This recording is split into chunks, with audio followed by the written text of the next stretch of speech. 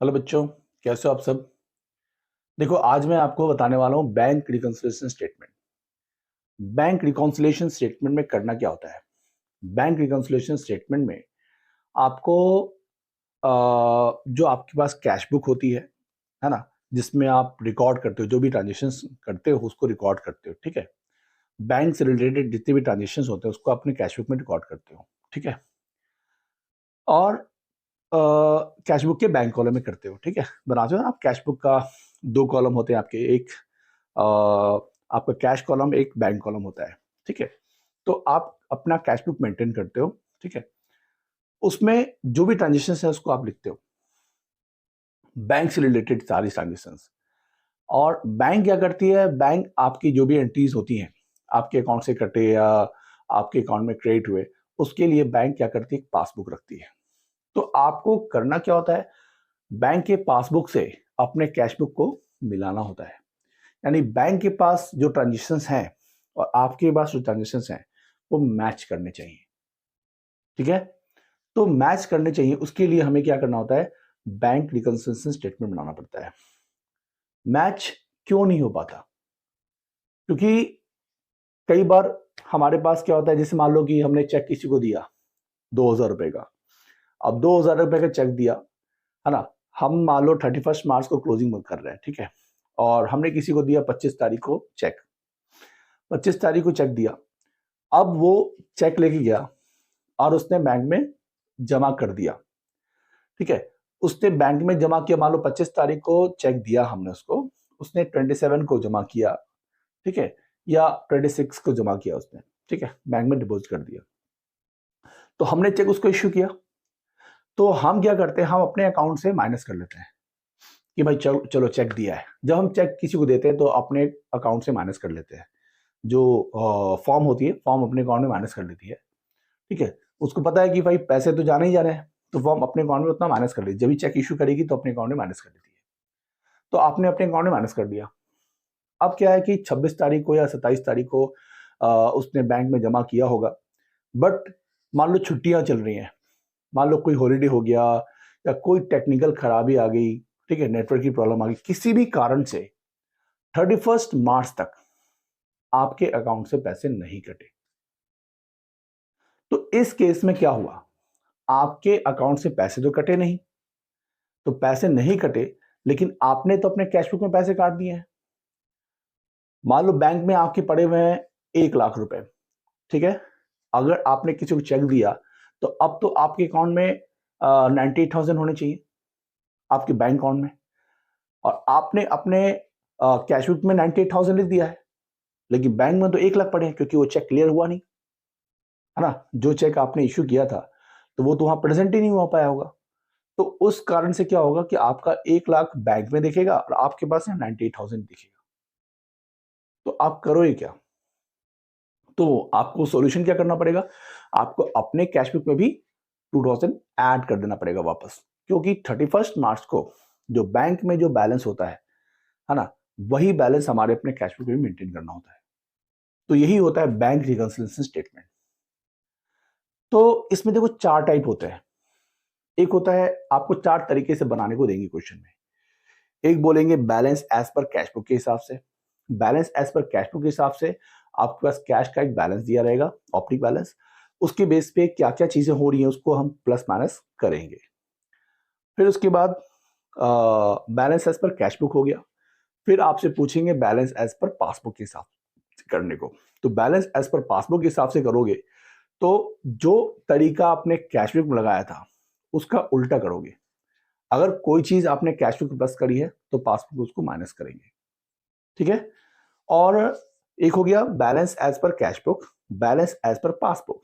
उसके बाद होता है overdraft balance as per cash book और overdraft balance as per passbook, ठीक है।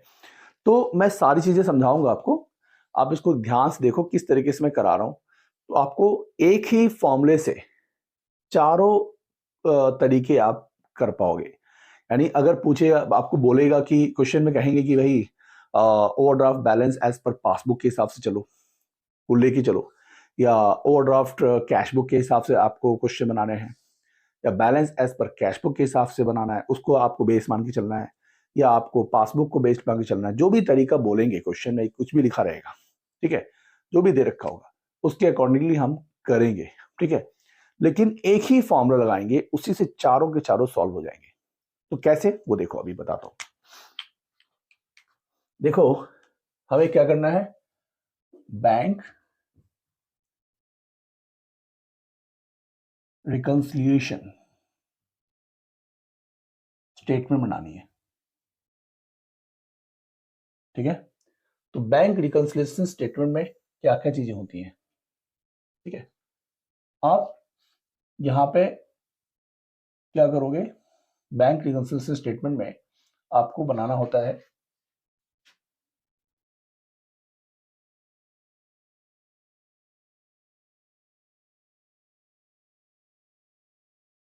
मैं इसको दो पार्ट में करता हूं क्योंकि इसमें चीजें जो है ना बहुत सारी चीजें होंगी, आपको करना पड़ेगा। चलो मैं एक सिंपल बताता हूँ। चलो देखो आपको क्या करना है, ये बनाना है ऐसे,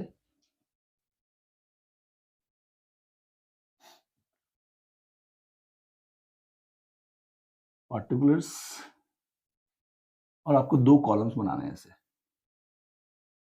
एक प्लस के लिए और एक माइनस के लिए, एक प्लस के लिए एक माइनस के लिए आपको कॉलम बनाने हैं, ठीक है। दो कॉलम्स आपने बना दिए, बैंक रिकंसिलिएशन स्टेटमेंट बनाना है। तो आपसे कहा जाएगा, क्वेश्चन में लिखा रहेगा कि balance as per cash book के बेस पे बनाओ। क्वेश्चन में लिखा रहेगा कि balance as per cash book कितना दे रखा है। तो जो कैश बुक है ना, उसकी ओपनिंग बैलेंस दे रखी होगी। अगर कैश बुक की ओपनिंग बैलेंस दे रखी है, यानी आपको balance as per cash book maintain करना है और उसी बेस पे क्वेश्चंस बनाने हैं। तो देखो कैसे होगा, हमारे पास अगर balance as per cash book दे रखा है तो balance as per cash book दिया रहेगा। तो देखो balance as per cash book होता है और एक होता है overdraft balance as per cash book. तो balance as per cash book का मतलब हुआ पॉजिटिव बैलेंस, और ओवरड्राफ्ट कैश बुक जो है ना, overdraft balance as per cash book मतलब होता है नेगेटिव बैलेंस। तो नेगेटिव बैलेंस कब होता है, जब आप लोन वोन लेते हो तो आपका नेगेटिव बैलेंस होता है। तो balance as per cash book लेके चल रहे हैं, यानी पॉजिटिव बैलेंस लेके चल रहे हैं। तो आपका जो कैश बुक का पॉजिटिव बैलेंस है वो क्या होता है, बाय डिफॉल्ट डेबिट होता है, ठीक है। कैश बुक का पॉजिटिव बैलेंस डेबिट होता है, ठीक है। और पासबुक का डेबिट पॉजिटिव बैलेंस क्या होता है, क्रेडिट होता है। जो चीज कैश बुक का डेबिट होता है वो चीज पासबुक का क्रेडिट होता है, और जो चीज कैश बुक का क्रेडिट होता है वो पासबुक का डेबिट होता है। जैसे बैंक ने हमारे अकाउंट में क्रेडिट कर दिए, ठीक है, bank has credited 4,000 rupees in your account. तो 4,000 रुपीज आपके अकाउंट में क्रेडिट कर दिए उन्होंने। तो आपके अकाउंट में उन्होंने क्रेडिट किए, तो आपके पास आए तो आप अपने कैश बुक में डेबिट करोगे, ठीक है। तो डेबिट का मतलब यहाँ पे balance as per cash book अगर हम लेके चल रहे हैं तो आपका जो पैसा आएगा उसको प्लस करोगे। तो जो पॉजिटिव बैलेंस होता है कैश बुक का वो क्या होता है, डेबिट होता है, ठीक है। तो आपको क्या करना है, डेबिट मतलब पॉजिटिव, ठीक है, या फेवरेबल, फेवरेबल, ठीक है। तो डेबिट बैलेंस होता है वो आपको क्या होता है, फेवरेबल होगा। Balance as per cash book debit balance होता है, यानी पॉजिटिव होता है, यानी फेवरेबल होता है, ठीक है। तो आपके पास ओपनिंग बैलेंस दे रखा है, तो आप वहां पे ओपनिंग बैलेंस यहाँ पे जो भी अमाउंट है वो लिख दोगे, ठीक है, जो भी अमाउंट है।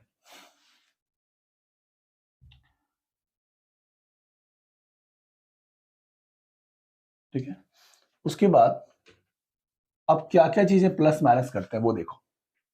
क्या होगा, जैसे मान लो कि क्वेश्चन में लिखा है कि हमने चेक इश्यू किया किसी को, किसी बंदे को इश्यू किया है जो हमारा क्रेडिटर हो सकता है, उसको हम पेमेंट करने के लिए चेक दे रहे हैं, या किसी को किसी भी कारण से हम दे रहे हैं पैसा, चेक देना चाह रहे हैं। तो अगर उसमें कोई गलती होती है तो क्या होगा, देखो क्वेश्चन में लिखा रहेगा, मान लो cheque issued but not presented for payment. ठीक है, इसको मैंने क्या लिखा है, प्लस लिखा है। Check issued but not presented for payment का मतलब क्या हुआ? Check issued but not presented for payment का मतलब होता है कि आपने किसी को चेक इश्यू कर दिया, चेक आपने इश्यू किया, यानी आपने किसी को पैसे दिए, ठीक है, वाया चेक, मतलब आपके अकाउंट से पैसे जाने वाले हैं। आप चेक इश्यू करते हो यानी आपके अकाउंट से पैसे कटने वाले हैं, क्योंकि आप किसी को चेक दोगे तो वो अपने बैंक में डालेगा, ठीक है, जितने का आपने चेक डाला है वो उसके बैंक में, वो अपने बैंक में डालेगा। जब बैंक अपने बैंक में डालेगा तो उसका बैंक क्या करेगा, उसका बैंक हमारे बैंक से वेरिफिकेशन करेगा, ठीक है, चेक करेगा कि जो चेक देने वाला है, इश्यू करने वाला है, उसके अकाउंट में पैसे है कि नहीं है, ठीक है। अगर पैसे होते हैं तो वो आपके अकाउंट से काट के उस बंदे के अकाउंट में ट्रांसफर कर देगा, ठीक है। तो अब हमने क्या किया है, हमने चेक इश्यू किया है, ठीक है, हमने चेक इश्यू किया बट प्रेजेंट नहीं हो पाया पेमेंट के लिए, यानी हमने जिस बंदे को भी दिया, मान लो कि तरुण को दिया, तरुण को हमने चेक दिया 10,000 रुपए का, ठीक है, तो तरुण को दिया हमने, मान लो 25 को दिया होगा या 26 मार्च को दिया होगा, हम 31 मार्च का क्लोजिंग बना रहे हैं, तो हमने 25 या 26 तारीख को दिया होगा उसको, तो किसी कारण से उसने जमा किया नहीं, वो चला जाता है बिल्कुल लास्ट में, 28 तारीख को, 30 तारीख को जाता है वो चेक जमा करने के लिए, बट बैंक में हॉलीडे रहता है, ठीक है। फिर उसके बाद वो 31 मार्च को जाता है, तो 31 मार्च को सर्वर डाउन होता है, किसी भी कारण से उसके अकाउंट में पैसे आ नहीं पाते, हमारे अकाउंट से पैसे कट नहीं पाते, क्योंकि हमने तो चेक इश्यू कर दिया था। तो हम जब भी चेक इश्यू करते हैं तो अपने पास, हमारे पास जो अकाउंट पड़ा होता है, हम उसमें क्या करते हैं, माइनस कर लेते हैं, हमारा जो कैश बुक होता है उसमें हम क्या करते हैं, माइनस कर लेते हैं, ठीक है। तो हम जब माइनस कर लेते हैं तो लेकिन हमारे अकाउंट से पैसे तो कटे ही नहीं, तो हमें वापस उसको प्लस करना पड़ता है, तो इसको हम यहाँ पे प्लस कर देंगे, क्यों? क्योंकि हमारे अकाउंट से पैसे कटे नहीं। मैंने बोला था ना, जैसे मैंने अभी देखो, मैंने बोला कि जब उसने चेक प्रेजेंट नहीं किया है, जब प्रेजेंट नहीं किया तो हमारे अकाउंट से पैसे कटे ही नहीं। मान लो हमारे अकाउंट में 50,000 रुपए थे, 50,000 रुपए थे और हमने 10,000 रुपए का चेक दे दिया, तो हमारे अकाउंट में 40,000 होने चाहिए थे, बट 31 मार्च तक तो चेक उसने प्रेजेंट किया ही नहीं, तो हमारे अकाउंट में तो 50,000 ही है, हमने अपने कैश बुक में 40 कर दिया है, तो अब वापस उसको प्लस करके हमें लिखना पड़ेगा बैंक के बैलेंस के हिसाब से। बैंक में फाइनल जो 31 मार्च को अमाउंट दिख रहा है उसी हिसाब से मेंटेन करना है। अगर बैंक में उतने पैसे नहीं घटे तो हम भी अपने अकाउंट में वापस प्लस कर लेंगे, ठीक है। तो हमारे अकाउंट से पैसे कटे नहीं तो हमने उसको वापस प्लस कर लिया। अब देखो, अब हमने चेक इश्यू किया but not presented for payment लिखा है, उसके बाद मान लो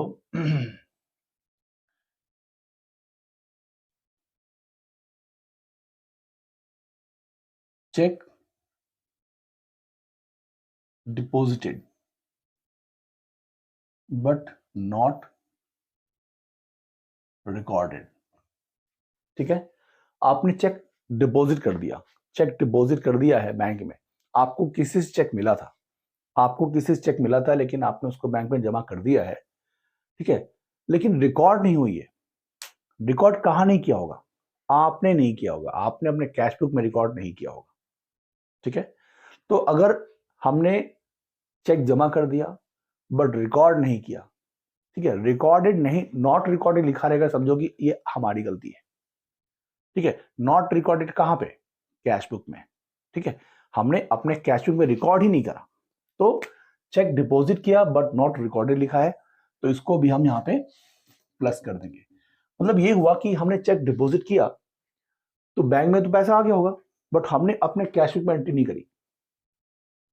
कई बार गलतियां हमसे होती हैं, कई बार बैंक के कुछ टेक्निकल एरर के कारण, कुछ टाइम वाइज कोई गलती के कारण, ठीक है, हमें वहां पे बैलेंस मिसमैच दिखता है, तो check deposit but not recorded को हम यहाँ पे प्लस करेंगे। उसके बाद अब यहां लिखा रहेगा, मान लो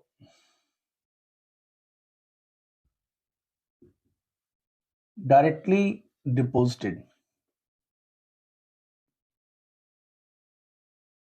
बाय ऑडिटर, ठीक है, इनटू बैंक। तो जो आपका डेटर है, जो आपको पैसे देने वाला है, उसने क्या किया है कि डायरेक्टली बैंक में पैसे जमा कर दिया। हुआ क्या होगा, मान लो कि कोई बंदा है, रोहन है, ठीक है, और हमें उससे लेने थे 12,000 रुपए। तो उसने कहा कि सर हम आपको मैं आपको दे दूंगा, मैं आपको 10 तारीख के बीच में दे दूंगा, या अभी 2 से 4 दिन में दे दूंगा, ठीक है। तो आपको फोन नहीं करना पड़ेगा, आपको कुछ बोलना नहीं पड़ेगा, मैं खुद ही जाके आपके बैंक में जमा कर दूंगा, ठीक है। तो हम सोच रहे चलो ठीक है भाई, वो जब दे देगा तो देखेंगे। तो हमने क्या करते हैं, हमने छोड़ दिया उसको। अब उसने क्या किया, हमें बताया नहीं, डायरेक्ट जो वो जाके उतने पैसे हमारे बैंक में जमा कर देता है। तो हम एंड ऑफ द डे, जो end of the last month, हम देखेंगे कि हमारे अकाउंट में 12,000 रुपए आ गए हैं, ठीक है। तो हम देख रहे हैं कि भाई हमारे अकाउंट में डिपॉजिट कर दिया डायरेक्टली बैंक में हमारे डेटर ने। तो हमारे बैंक में जो है ना, वो पैसा बढ़ गया होगा। तो बैंक में पैसा बढ़ गया होगा तो हम भी बढ़ा देंगे यहाँ पे। तो हम यहाँ पे प्लस कर देंगे, ठीक है। आया समझ। अब देखो क्या करेंगे कि हमने ये कर लिया। उसके बाद देखो, अब कई बार होता है क्या, क्वेश्चन में लिखा रहता है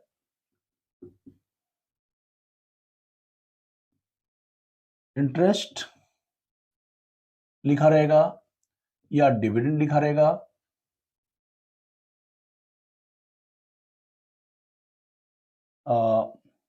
कलेक्टेड बाय बैंक, ठीक है।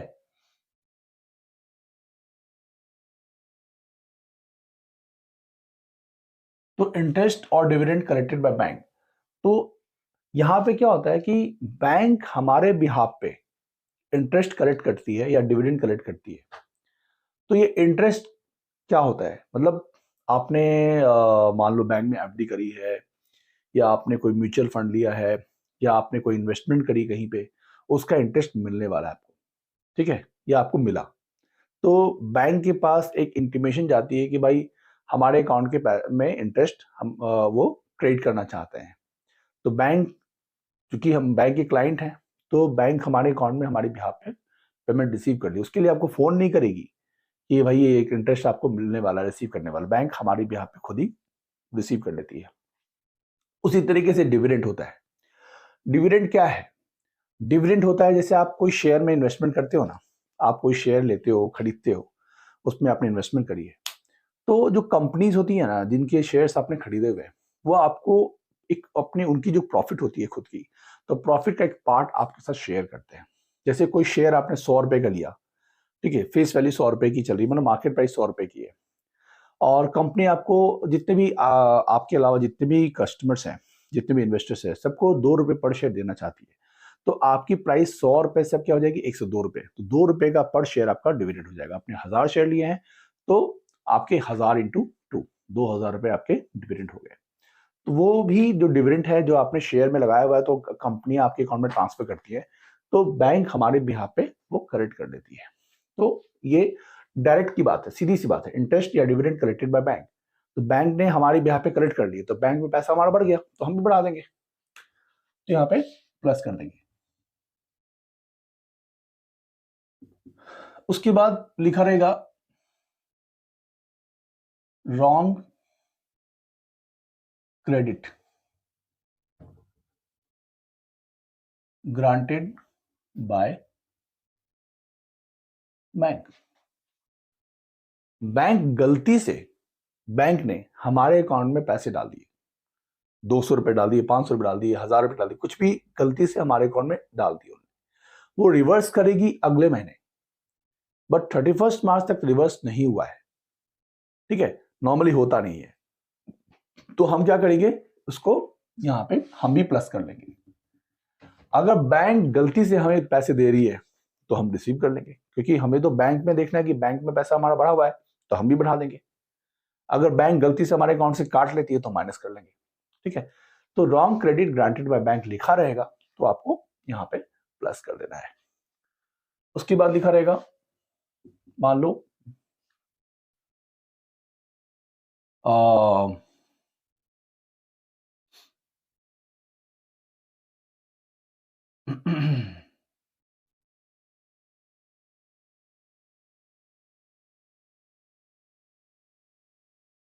ओवरकास्टेड इन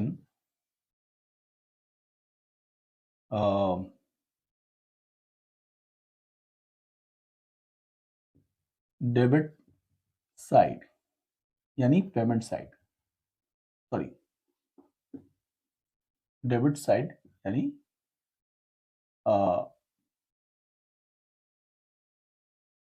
रिसीव्ड साइड,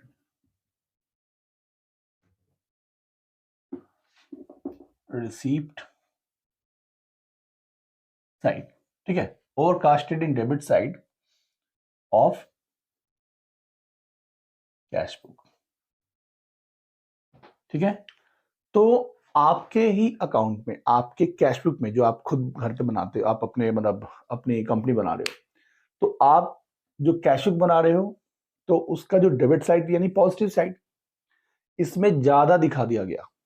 कोई चीज आपको ध्यान रखना है, देखो ओवरकास्टेड और एक होता है अंडरकास्टेड।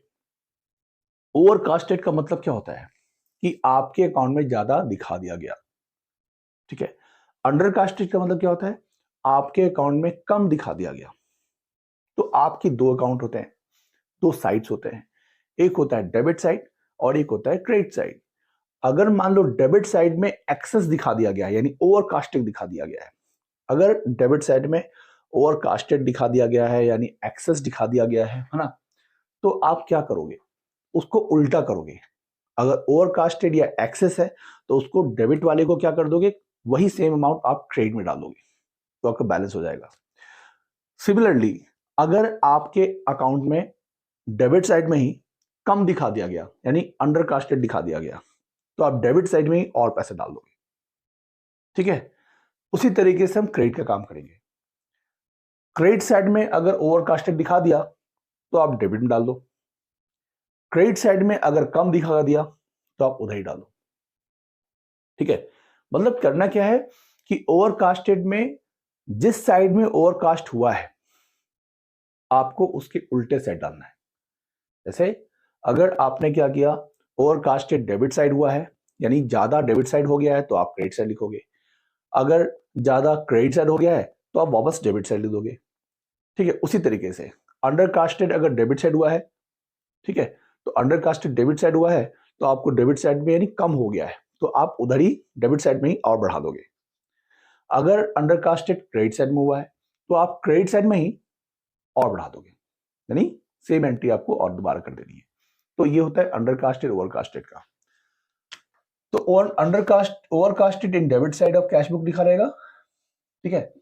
तो आपको क्या करना है, उसको डेबिट साइड में ओवरकास्टेड है तो आपको इधर लिख देना पड़ेगा, आपको माइनस साइड में लिख देना पड़ेगा, ठीक है, इधर लिख देना पड़ेगा। जो टाइम ट्रांजेक्शन है आपको सेम ट्रांजेक्शन इधर लिख देना है, ठीक है। मैं आपको अभी पॉजिटिव वाली दिखा रहा हूँ ना, तो नेगेटिव वाली क्यों दिखाऊं, मैं आपको दिखाता हूँ, एक मिनट। अभी हम क्या करेंगे, देखो overcasted in credit side, credit side यानी पेमेंट साइड, ठीक है, ऑफ कैश बुक। अगर पेमेंट साइड में ज्यादा दिखा दिया तो आपको उसको प्लस करना पड़ेगा, ठीक है। उसी तरीके से अगर लिखा रहेगा undercasted, undercasted in debit side यानी रिसीव्ड साइड,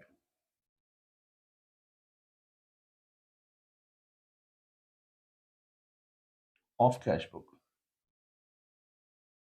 तो क्या करना है आपको, आपको वो भी प्लस करना है। ठीक है, आपको जैसे मैंने बताया ना, आपको ठीक से समझना है। यहां साइड से दिक्कत नहीं है, आपको समझना है ओवरकास्टिंग क्या है, अंडरकास्टिंग क्या है। अगर ओवरकास्टिंग की बात कर रहे हैं, यानी कि आपके अकाउंट में जो भी साइड है, चाहे वो डेबिट साइड या क्रेडिट साइड की बात कर रही है, अगर ओवरकास्टिंग कह रहा है कि हो गया है जिस साइड, तो आप उसको उल्टे साइड लिख दोगे। जैसे डेबिट साइड में ओवरकास्टिंग हो गया तो आप क्रेडिट में लिखोगे, अगर क्रेडिट साइड में ओवरकास्टिंग हो गया तो आप डेबिट में कर दोगे। ठीक है, अंडरकास्टिंग सेम साइड करते हैं, यानी जिस साइड अंडरकास्टिंग हुआ है उसी साइड पैसे डाल देते हैं। इससे ज्यादा मुझे समझाने की जरूरत नहीं है, मुझे लगता है। ठीक है, आप समझ ही गए होंगे। तो अंडरकास्टेड इन डेबिट साइड लिखा रहेगा तो डेबिट में ही डाला, अगर अंडरकास्टेड इन क्रेडिट साइड लिखा होता तो क्रेडिट में ही डालते।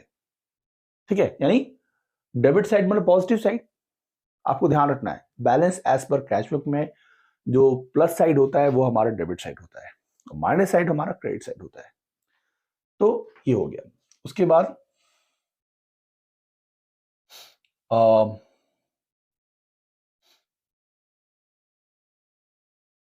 अब लिखा रहेगा, अब मान लो हम माइनस वाली चीज करते हैं, ये प्लस वाली चीज हो गई, अब माइनस वाले आइटम्स करते हैं। ठीक है, माइनस वाले आइटम्स में क्या क्या होगा, जैसे मान लो लिखा है कि check deposited but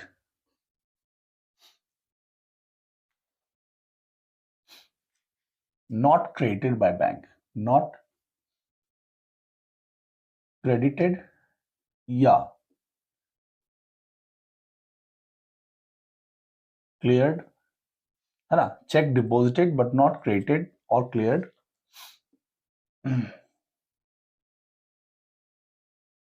by bank.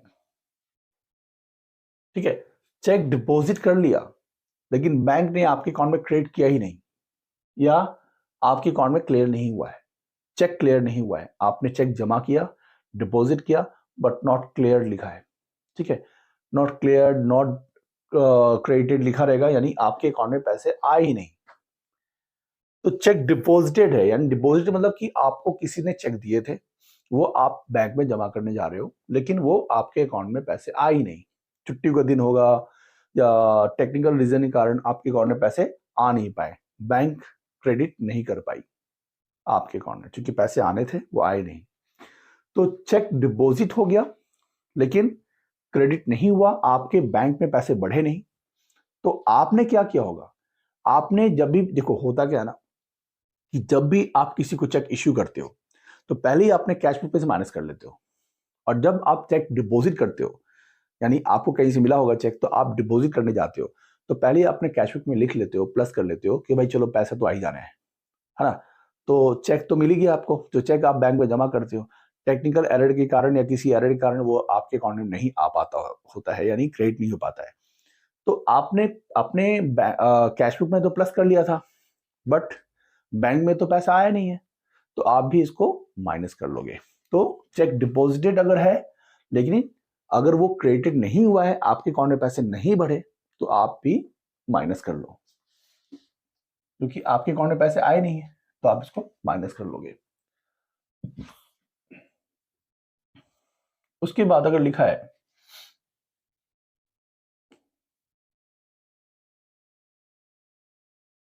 मान लो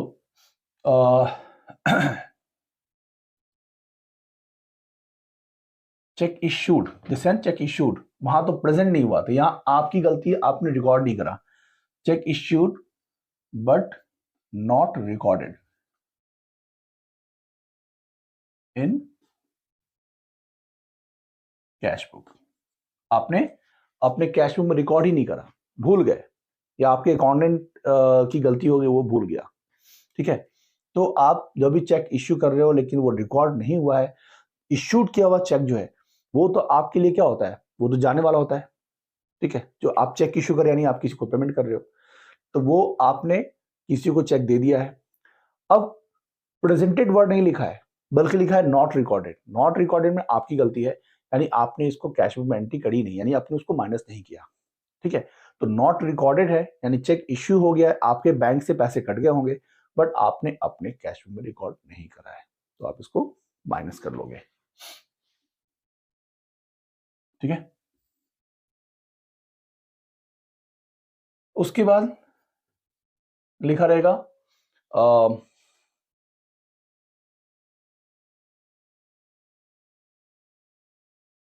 बैंक चार्जेस, ठीक है, या इंटरेस्ट। ठीक है, charge by bank, charge by bank. तो बैंक चार्जेस या interest charge by bank. Bank charges क्या होता है, जैसे मान लो हम बैंक में अकाउंट अपनी रखते हैं ना, तो बैंक हमें बहुत सारी फैसिलिटी देती है। अब हमें चेक बुक रखने की फैसिलिटी देती है, एटीएम कार्ड वगैरह देती है, प्लस नेट बैंकिंग ट्रांजेक्शन वगैरह देती है, तो उसके लिए वो चार्ज काटती है। ठीक है, एनुअली चार्ज कुछ काटती है बैंक चार्जेस। तो बैंक चार्जेस अगर बैंक आपसे काटती है तो आपको नहीं पता कि बैंक ने कब काटे, क्योंकि एक ही चीज के लिए आपको इंटीमेशन नहीं देती है। तो बैंक चार्जेस आपके पास क्या होगा कि आप यहाँ पे माइनस कर दोगे कि बैंक ने आपके अकाउंट से काटे, तो आप भी काट लो, आप भी माइनस कर लो। तो इंटरेस्ट, मान लो आपने लोन लिया है, उसका इंटरेस्ट पे करना है, तो इंटरेस्ट चार्ज बाय बैंक, तो बैंक को हमको इंटरेस्ट पे करना है, तो बैंक ने इंटरेस्ट हमारे अकाउंट से काट दिया, तो हम भी यहाँ पे माइनस कर लेंगे। ठीक है, सीधे इसको आपने माइनस कर दिया। ठीक है, बैंक आपके अकाउंट से काट रही है, आप भी काट लो, बैंक आपको दे रही है, आप भी प्लस कर लो। ठीक है, तो बैंक के हिसाब से हमें चलना पड़ता है। तो बैंक चार्जेस या इंटरेस्ट चार्ज बाय बैंक, अभी लिखा रहेगा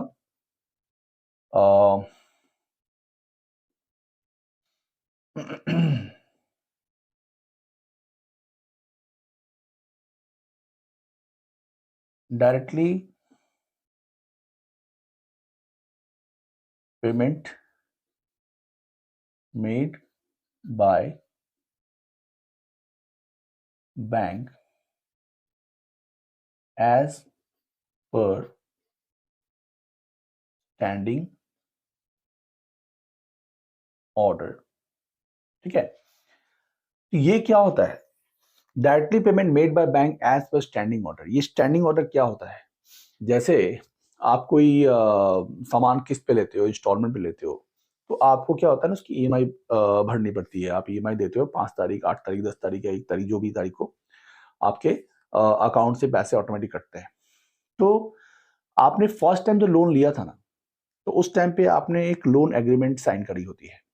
ठीक है, आप मोबाइल लेने जाते हो तो आपको डॉक्यूमेंट्स को साइन करना होता है, उसमें स्टैंडिंग ऑर्डर होता है कि आप के अकाउंट से 1 तारीख को या 5 तारीख को, जो भी तारीख आपको बताएंगे वो, उस तारीख को आपके अकाउंट से पैसे ऑटोमेटिक कट जाए। इसके लिए आपसे वो एक साइन मांगते हैं।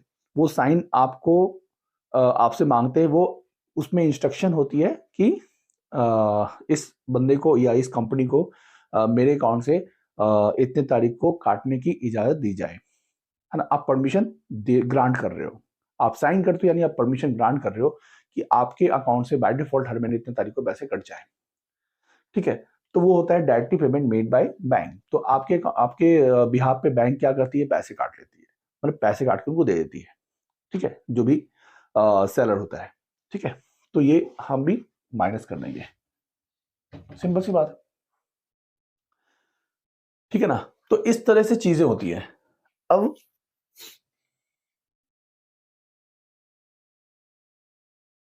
लिखा रहेगा रॉन्गली डेबिटेड बाय बैंक।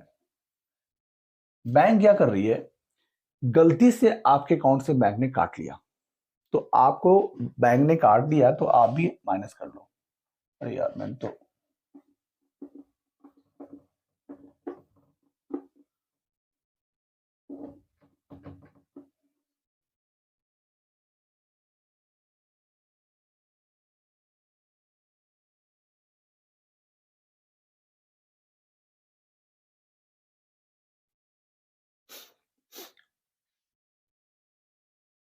देखो अब क्या करेंगे, अब हमने क्या करना है, माइनस वाली चीजें करनी है, प्लस वाली चीजें कर ली, अब माइनस वाली चीज तुम क्या करेंगे, लिखा है check deposited but not credited और क्लियर्ड बाय बैंक।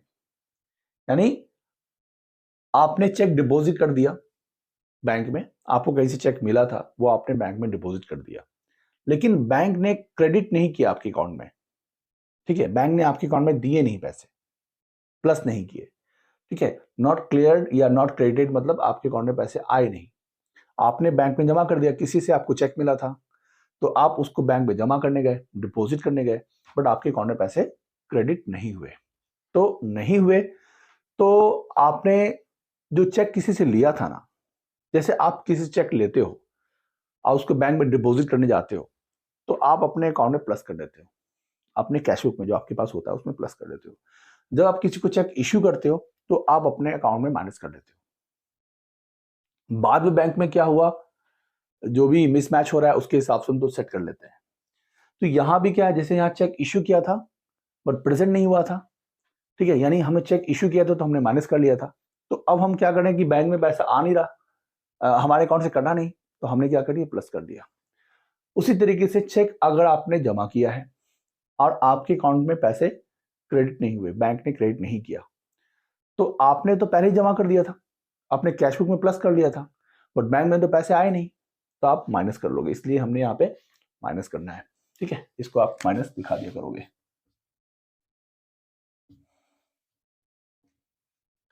अब देखो दूसरा, check issued but not recorded in cash book. आपने चेक इश्यू किया, ये जो चेक इश्यू किया था ना, यहाँ पे गलती क्या थी कि यहाँ हमारी गलती नहीं थी, हमने चेक इश्यू किया बट प्रेजेंट नहीं हुआ, ठीक है, प्रेजेंट नहीं हुआ मतलब चाहे उस बंदे ने प्रेजेंट नहीं किया जिसको हमने चेक दिया था, या बैंक में किसी कारण से, टेक्निकल रीजन के कारण से या टाइम मिसमैच के कारण वो जो है प्रेजेंट नहीं हो पाया होगा, ठीक है, ऐसा हो सकता है, ठीक है, लेकिन यहाँ पे क्या, check issued but not recorded in cash book, यानी हमने चेक इश्यू कर दिया बट रिकॉर्ड नहीं हुआ, ठीक है, रिकॉर्ड नहीं हुआ यानी हमने चेक अपने अकाउंट से काट के दे दिया बंदे को, तो हमने अपने कैश बुक में माइनस कर दिया होगा, बट हमने, हमारे अकाउंटेंट ने, हमने अपने अकाउंट में उसको माइनस किया ही नहीं, हमने खुद अपने कैश बुक में माइनस नहीं किया, रिकॉर्ड नहीं किया। जब चेक इश्यू करते तो आप माइनस करते हो, बट हमने रिकॉर्ड ही नहीं किया, ये हमारी गलती है, तो हमारी गलती है तो हम इसको माइनस कर देंगे, क्योंकि हमने माइनस नहीं किया तो माइनस कर देंगे, इसलिए हमने यहाँ पे माइनस कर दिया है। अब क्या है, बैंक चार्जेस या इंटरेस्ट चार्ज बाय बैंक, तो बैंक हमारे अकाउंट से पैसा काटती है, बैंक चार्जेस या इंटरेस्ट चार्ज बाय बैंक का मतलब ये हुआ, बैंक चार्जेस क्या, बैंक बहुत सारी फैसिलिटीज हमें देती है, चेक बुक की फैसिलिटी देती है, हमें एटीएम विड्रॉल की फैसिलिटी देती है, और इंटरनेट बैंकिंग की फैसिलिटी देती है, तो उसके लिए वो चार्जेस काटती है, तो बैंक चार्जेस बैंक हमारे बिहाफ पे काट लेती है, मतलब हमारे लिए वो हमारे अकाउंट से काटती है, तो हम भी उसको माइनस कर देंगे। इंटरेस्ट अगर हमने कोई लोन लिया होगा तो उसका इंटरेस्ट हमारे अकाउंट से काटती है, तो वो हमारे अकाउंट में माइनस कर देगी, तो वो हमें बैंक हमारे अकाउंट में माइनस करेगी तो हम भी कर देंगे, है ना।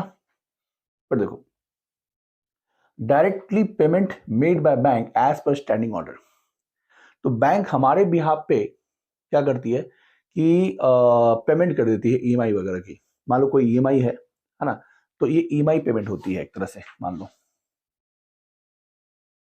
ईएमआई या इंस्टॉलमेंट,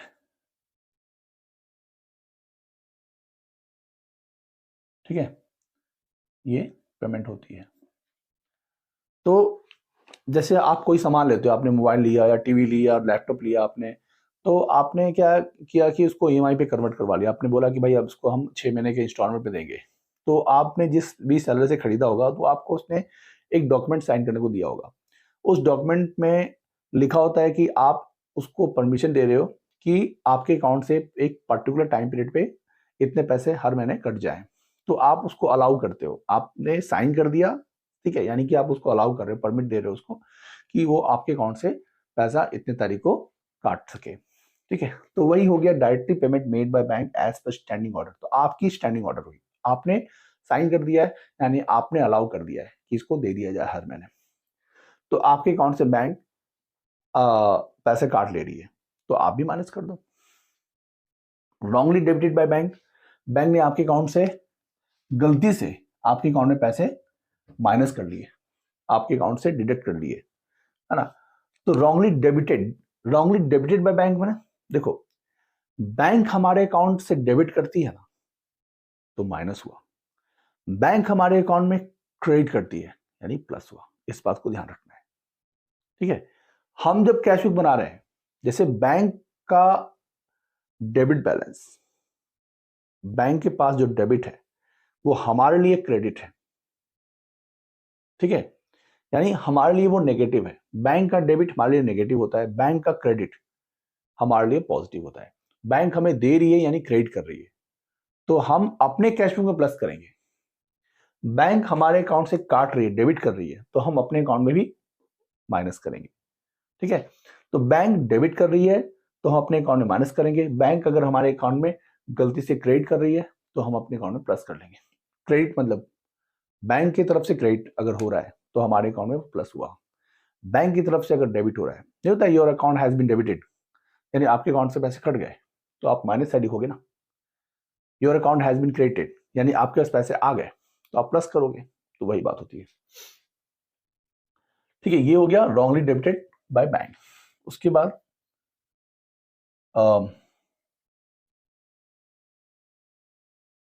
अब मान लो लिखा है ओवरकास्टेड, ठीक है, overcasted in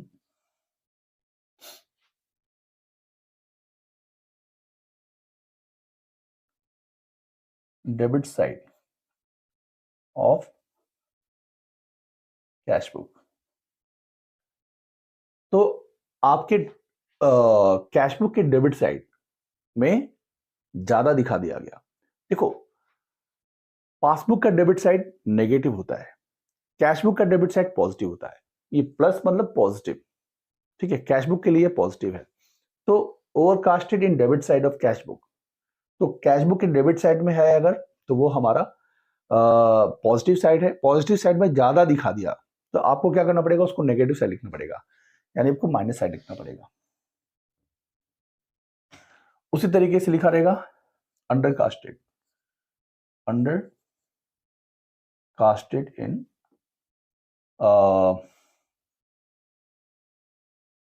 credit side of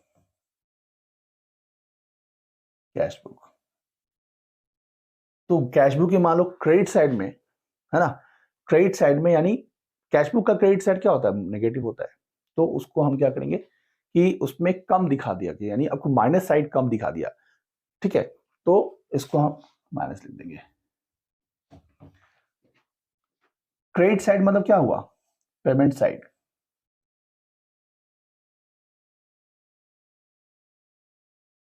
ठीक है, और डेबिट साइड मतलब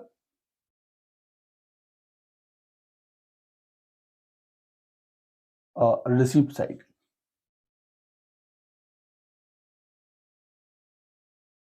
ठीक है, ये होता है। तो डेबिट साइड मतलब क्या होता है, रिसीप्ट साइड होता है, और क्रेडिट साइड मतलब क्या होता है, पेमेंट साइड होता है, ठीक है ना। ये आपको ध्यान रखना है। उसके बाद क्या करोगे, क्योंकि आपने balance as per cash book से स्टार्ट किया, आपने बेस क्या लेके चला है, balance as per cash book, तो आपका जो रिजल्ट आएगा, फाइनल रिजल्ट, वो बनेगा, फाइनल रिजल्ट जो होगा आपका वो क्या होगा, बैलेंस एज पर पासबुक हो जाएगा। बैलेंस एज पर पासबुक, ठीक है, ये आपका बैलेंस आएगा, ठीक है। ये कहां आएगा, आपका ये पॉजिटिव साइड होता है आपका ओपनिंग बैलेंस, तो ये आपका आएगा इस साइड, ठीक है, ये आपका इधर आएगा, ठीक है। मान लो इधर है टोटल 40,500, तो आपको यहां भी लिखना है 40,500, लेकिन इधर का जो अमाउंट है ना, ये आपका सारा अमाउंट मिला के है यहाँ पे 30,200, तो आपको माइनस साइड में कितना दिखा रहा है? कम 30,200 दिखा रहा है। तो 30,200 और 40,200 कितने हुए? 10,000। तो 10,300 यानी 10,300 रुपए आपके पास क्रेडिट साइड में कम है।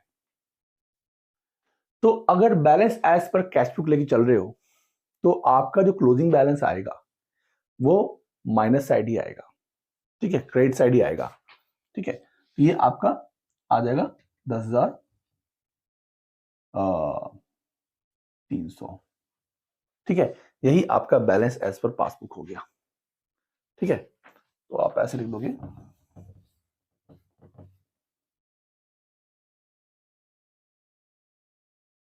ये तो हो गया टोटल,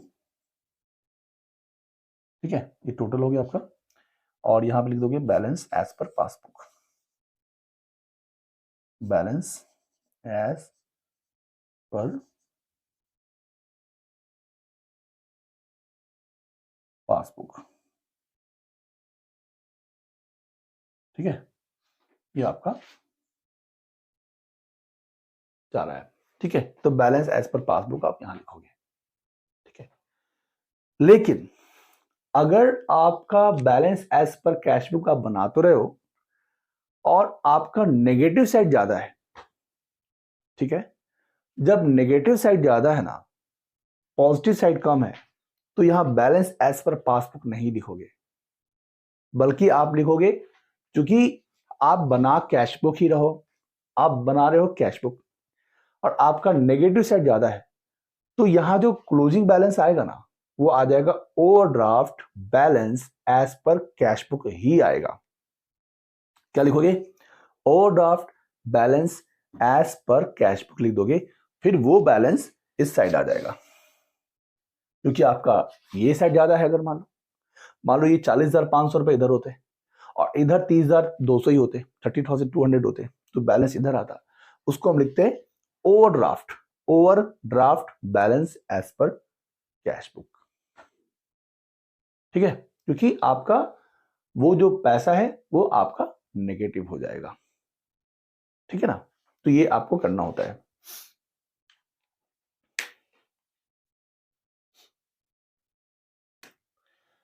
अब आपको मैं बताता हूं कि ये जो जैसे है ना balance as per cash book, अगर आप कैश बुक लेके चल रहे हो, ठीक है, तो आप कैश बुक लेके चल रहे हो, तो मान लो कि आपने कैश बुक लिया है। अब क्वेश्चन में कह रहा है कि बैलेंस एज पर पासबुक लेके चलो। तो अगर बैलेंस एज पर पासबुक बोलेंगे कि पासबुक का हमारा ओपनिंग बैलेंस दे रखा होगा, तो आप क्या करोगे? अगर बैलेंस एज पर पासबुक बोलेगा तो आपको करना क्या है? सोचना यही है कि कैश बुक में जब आप कैश बुक लेके चलते थे तो हम क्या करते थे, ठीक है। जो चीज आप कैश बुक में प्लस करते थे, अगर आप पासबुक लेके चलोगे तो वही चीजें, वही सारी चीजें आपको पासबुक में माइनस करनी है। यानी अगर ये बैलेंस एज पर पासबुक बना रहे होते तो जो जो चीज आपने प्लस करी है वो सारी चीजें माइनस साइड में लिखोगे, और जो जो चीजें आपने माइनस साइड में लिखी है, जो माइनस किया है, उन सभी चीजों को आपको प्लस साइड में लिखना है, आंख बंद करके, ठीक है। कोई प्रॉब्लम नहीं है, एज इट इज आंख बंद करके आप करोगे। आंख बंद मतलब ये नहीं कि आप बिना देखे कर देना, मतलब कोई इसमें प्रॉब्लम नहीं है। डायरेक्ट आपको करना है, सोचना नहीं है कुछ भी। जो चीज आप कैश बुक में प्लस करते हो, अगर पासबुक लेके चल रहे हो तो उसमें माइनस करोगे, ठीक है। और जो चीज आपने कैश बुक में माइनस करी है, तो अगर आप पासबुक लेके चलोगे, अरे यहां तो कैश बुक लिखा हुआ है, अगर पासबुक लेके चलोगे तो उसको प्लस कर दोगे, ठीक है। यानी क्या होता है कि पासबुक को लेके चलेंगे वो कैश बुक का बिल्कुल उल्टा होता है। जो चीज कैश बुक में प्लस होती है वो पासबुक में माइनस होती है, जो चीज कैश बुक में माइनस होती है वो पासबुक में प्लस होती है, ठीक है। ये कैश बुक और पासबुक का मतलब समझ में आ गया। तो अगर आपको क्वेश्चन देगा कि भाई हमारे पास पासबुक का बैलेंस इतना पड़ा हुआ है और ये सारे काम हुए हैं, तो कोई आपको इश्यू नहीं है, आपको खाली उल्टा कर देना है। आपको सीखना क्या है, दिमाग में क्या बिठाना है, सिर्फ और सिर्फ कैश बुक। और आपको अगर पासबुक देंगे तो जस्ट उल्टा कर देना है। तो आपको सीखना क्या है, समझना क्या है, सिर्फ और सिर्फ कैश बुक। आपने कैश बुक समझ लिया, सीख लिया, अच्छे से दिमाग में बिठा लिया, तो आप कोई भी बैलेंस लेके, कोई भी बेस लेके चलोगे तो आपका आंसर सही आएगा। ठीक है, तो सिर्फ करना यही है कि अगर पासबुक बोलेगा तो कैश बुक में जो भी करते थे उसका उल्टा करेंगे। ठीक है, ये बात होगी कैश बुक और पासबुक की। देखो 4 चीजें होती हैं। एक होता है balance as per cash book. ठीक है, एक ये होता है। दूसरा होता है बैलेंस एज पर पासबुक। तीसरा होता है overdraft, balance as per cash book. उसके बाद होता है overdraft balance as per passbook. ठीक है, तो balance as per cash book और बैलेंस एज पर पासबुक दोनों क्या होते हैं, पॉजिटिव बैलेंस होते हैं। ये दोनों क्या होते हैं, पॉजिटिव बैलेंस होते हैं बाय डिफॉल्ट। ठीक है, पॉजिटिव बैलेंस यानी फेवरेबल बैलेंस। ठीक है, फेवरेबल। ठीक है, और overdraft balance as per cash book जो होता है वो हमारा नेगेटिव बैलेंस होता है, और ये भी हमारा नेगेटिव बैलेंस होता है। मतलब ये हुआ कि इनके ओपनिंग बैलेंसेस, ओवरड्राफ्ट के ओपनिंग बैलेंसेस नेगेटिव साइड लिखेंगे, माइनस साइड, और सिर्फ balance as per cash book लिखा है या फेवरेबल कैश बुक लिखा है, ये balance as per cash book और balance normal balance as per cash book, normal balance as per passbook होता है फेवरेबल यानी positive. Overdraft balance as per cash book and overdraft balance as per passbook होता है unfavourable यानी negative. ठीक है, तो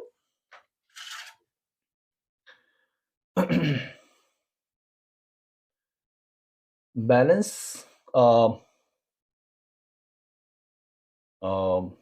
as per cash book and balance as per passbook क्या होता है, ये दोनों आपके फेवरेबल होते हैं। ये दोनों क्या होते हैं, फेवरेबल,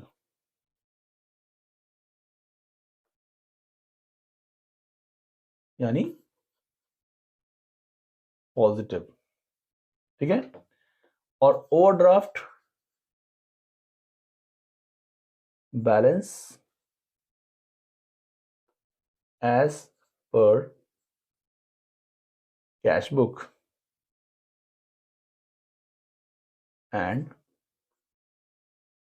पासबुक, ये क्या होते हैं, ये अनफेवरेबल होते हैं, अनफेवरेबल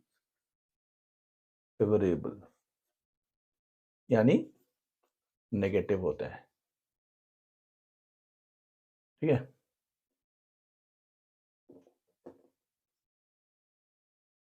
सिंपल सी बात है। ठीक है, तो overdraft balance as per cash book and overdraft balance as per passbook जो होता है वो हमारा नेगेटिव होता है यानी अनफेवरेबल होता है, और balance as per cash book या बैलेंस एज पर पासबुक हमारा पॉजिटिव होता है। तो इन सबके balances according according to the type आपको पॉजिटिव साइड या नेगेटिव साइड लिखना पड़ेगा। Normal balance as per cash book हो या normal balance as per passbook हो, आपको अमाउंट उसका ओपनिंग बैलेंस प्लस साइड ही लिखना है।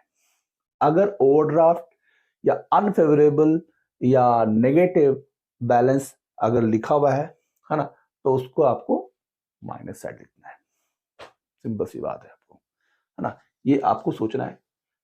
तो आप आराम से कोई भी क्वेश्चन बना सकते हो, ठीक है। अच्छा, एक चीज और बताता हूं आपको। जैसे मान लो कि आपने चेक इशू किया, क्वेश्चन में लिखा रहता है कि cheque of Ram Mohan Shyam are presented, ठीक है, बट आर नॉट प्रेजेंट, मतलब cheque of Ram, cheque issue to Ram Mohan and Shyam, ऐसे लिखा रहेगा, cheque issue to Ram Mohan and Shyam. तीनों का हमने क्या किया, चेक इश्यू कर दिया, बट लिखा हुआ है कि Mohan cheque was presented in April, 1 April, 2 April 2001। मान लो हम 2001 की बात कर रहे हैं, या 2000, चलो अभी 2023 की बात करें, 2023, तो 2023 अभी जनवरी है, बात करते हैं 2022 की। तो 2022 के 31 मार्च का हम ये बना रहे हैं, ठीक है। तो हमने राम मोहन और श्याम को 3 चेक इश्यू किए, ठीक है, एक को 10,000 का, एक को 5,000 का, एक को 2,000 का। तो हमने मान लो मोहन को जो 5,000 का चेक दिया, 5,000 का चेक दिया, तो वो जो चेक है ना, वो क्या हुआ कि प्रेजेंट हुआ है 2 अप्रैल को, ठीक है। वो प्रेजेंट कब हुआ, 2 अप्रैल को, या 2 अप्रैल को हुआ, या 5 अप्रैल को हुआ, लेकिन 31 मार्च को नहीं हुआ ना, ठीक है। 31 मार्च को तो हुआ नहीं।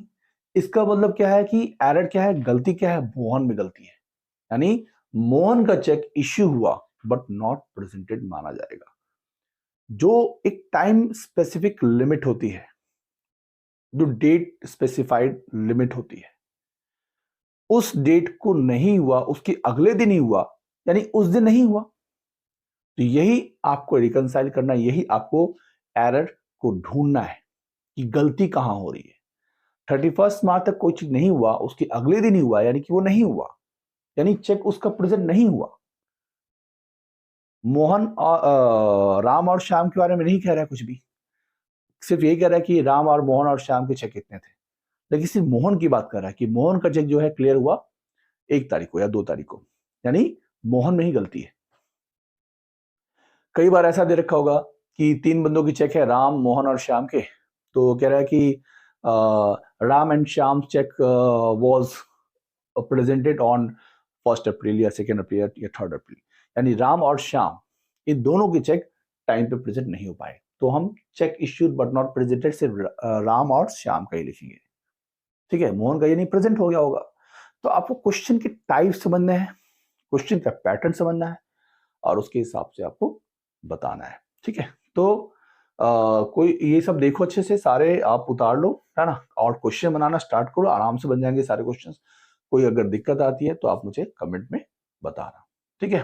तो ये आपको अच्छे से नोट कर लेना है ना, आसान है ना, कोई इसमें मुश्किल नहीं है, आप आसानी से कर सकते हो, एक बार में ही सारी चीजें क्लियर हो गई। देखो आपको स्कूल में क्या हो रहा है कि स्कूल में आपको 4 अलग अलग मेथड बता रहे हैं कि भाई बैलेंस एज पर कैशबुक के हिसाब से ऐसे करो, बैलेंस एज पर पासबुक के हिसाब से कैसे करो, overdraft balance as per passbook के हिसाब से ऐसे करो, ओवरड्राफ्ट एज पर कैशबुक के हिसाब से ऐसे करो, ठीक है। बट आपको वन शॉट में, एक बार में ही सारी चीजें क्लियर हो गई। आप कैशबुक को पकड़ के चलो तो आपसे पासबुक की वाले बन जाएंगे क्वेश्चन, ओवरड्राफ्ट पासबुक बन जाएंगे, ओवरड्राफ्ट कैशबुक वाले भी क्वेश्चन बन जाएंगे, ठीक है ना।